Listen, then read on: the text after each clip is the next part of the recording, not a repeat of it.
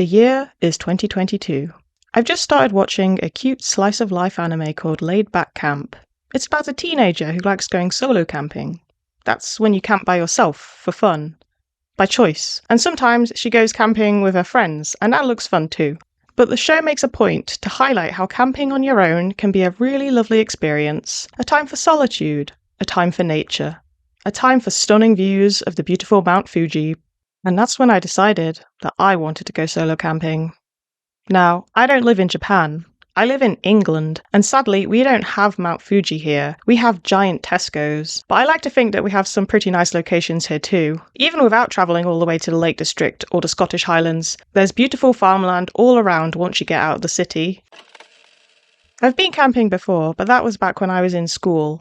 You see, in the UK, there's this thing called the Duke of Edinburgh's Award. You can only get it if you're under 25, and lots of schools encourage you to do it because it looks good on your CV. One of the things you need to do to gain the award is to go on an expedition, a group hike lasting 2 to 4 days, where you camp each night and carry all of your kit with you on the way. So I wasn't a complete newbie to camping, but I certainly didn't have all that kit anymore, apart from maybe one dusty old sleeping bag.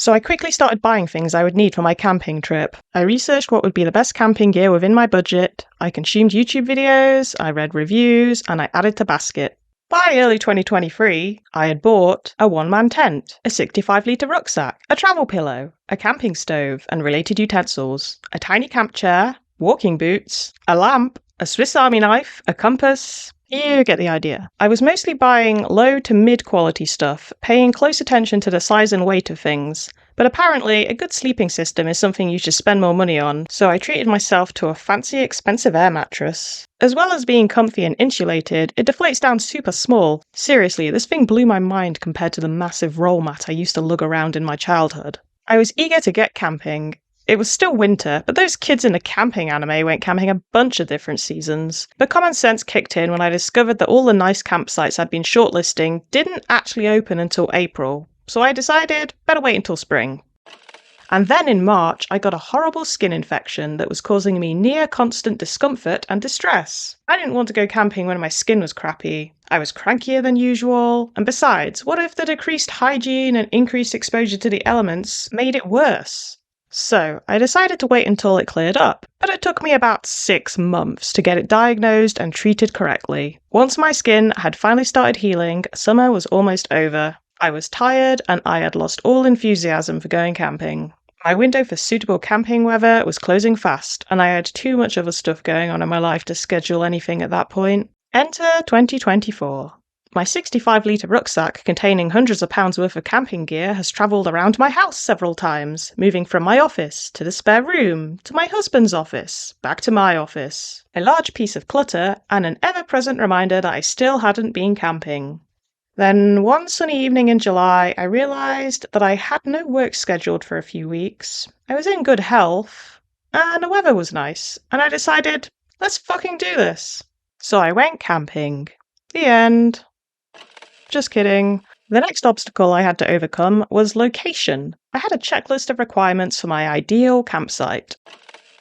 Okay, before I move on, I want to address why I decided not to jump right into wild camping. You see, when you search YouTube for guides on solo camping, what actually comes up in the search results is loads of videos talking about wild camping, which is where you camp, as the title would suggest, out in the wild. No campsite, no toilet, no running water.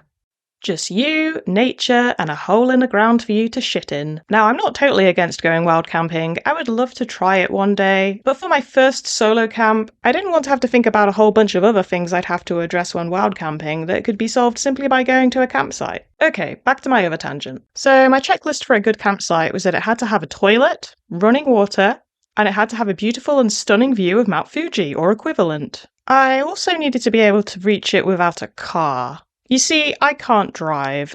That's why I had to buy that comedy-sized rucksack to pack all my stuff into.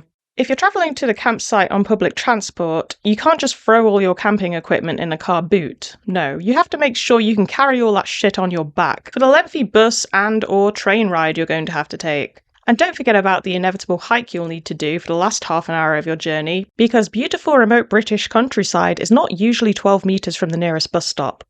As it turns out, being a non-driver makes going solo camping so much harder.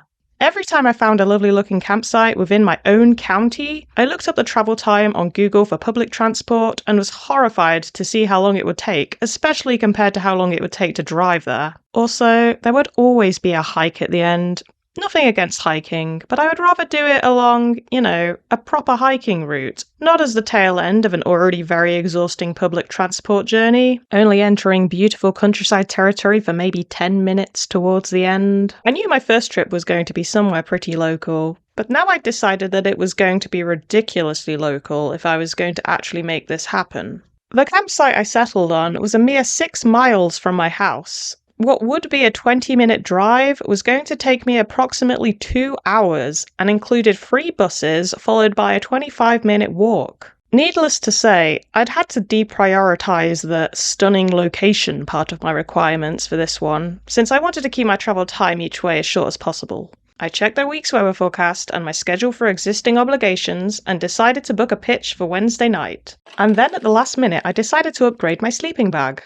There's technically nothing wrong with my old sleeping bag, but having slept in it a few times over the years, I'd come to realise that I really can't stand the mummy-shaped bags. I know they're good for reducing pack weight and conserving heat, but you see, I bring a certain ADHD energy to my sleeping positions. I like to constantly reposition my legs into a handful of yoga poses throughout the night, so I thought I'd probably be a lot more comfortable with a wider, more rectangular bag.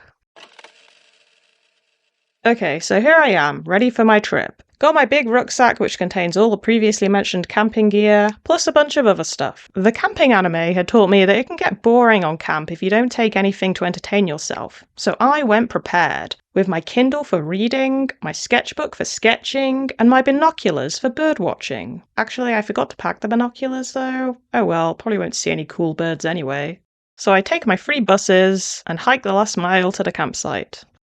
I'm greeted by the campsite owner, who shows me where the running water and toilets are, and says I can camp literally anywhere because I'm the only customer today on the whole site. Now, I had been in 2 minds about this happening. On the one hand, I had the whole place to myself, yay, true solitude, just like going real wild camping, sort of. On the other hand, well, I wasn't really by myself, because the campsite owner was here. What if he was going to try and assault me, or murder me, or even worse, socialise with me? Believe me, I wish I didn't have to automatically worry about things like this, but that's just how it is when you spend your whole life being perceived as female. Fortunately, after our initial polite interaction, I never encountered him again, so it turns out I'd been worried for nothing. I set up my tent, made myself a cup of tea, and took in the view. I was right next to a big pond, and as a result, there were swallows everywhere. I also spotted a few herons and buzzards in the sky. I reached for my binoculars to get a better look and, oh yeah, I forgot to pack my binoculars. So I just tried to appreciate them with my naked eyes, silently cursing myself for forgetting such a crucial item. I did some sketching in my shiny new sketchbook that I'd bought specifically for journaling my camping adventures.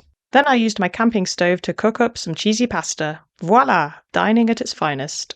I found a little shed where you could borrow items that you might have forgotten. No binoculars, though. It also contained an honesty shop where you could buy various other bits and bobs. I bought some firewood, grabbed a watering can full of water, then started a fire in one of the designated fire pits. I'd already cooked my dinner, but this campfire was more for the vibes, and also for toasting marshmallows. I whittled some sticks into skewers and sent my husband a photo of my achievement. It was starting to get a little chilly, so the warmth from the fire was very welcome. Once I'd eaten my burnt sugar, I made myself a hot chocolate and read my Kindle for a bit as the sky turned darker and darker. I had hoped I might be able to do some stargazing, but the sky was all clouds. Still, I got to see some bats flying around the pond, so that was nice. You can always rely on a British weather forecast to be unreliable, so unsurprisingly, at around 10 PM it was just starting to rain. So I put out my fire and got ready for bed. My little one-person tent was really comfy and cozy, and it didn't take me long at all to fall asleep.